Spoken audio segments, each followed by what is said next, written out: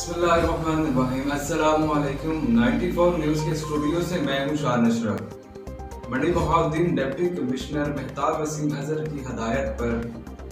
मलकाबाद जुल्करनैन अवान की सरबराही में corona relief tiger force की ड्यूटियां लगा दी गई हैं। मजीद जानते हैं इस रिपोर्ट में।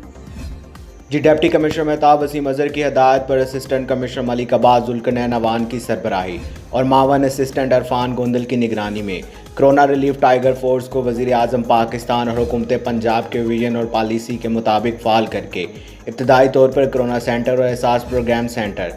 जिनमें government post graduate college Shahida वाली और भिक्की शरीफ सेंटर पर पुलिस और हेल्थ के अमले के हमरा ड्यूटियां लगा दी गई हैं और टाइगर फोर्स के एहलकारों ने ड्यूटियां ज्वाइन करके अपना काम शुरू कर दिया है। इस मौका पर डिप्टी कमिश्नर मेहताब वसीम अजहर ने अपने पैगाम में कहा, कोरोना रिलीफ टाइगर फोर्स हुकूमती पॉलिसियों के मुताबिक ज़िली इंतज़ामिया और मुतल्लिका अदारों की मावनत और रिलीफ सरगर्मियों के साथ साथ ज़ख़ीरा अंदोज़ों की निशानदही,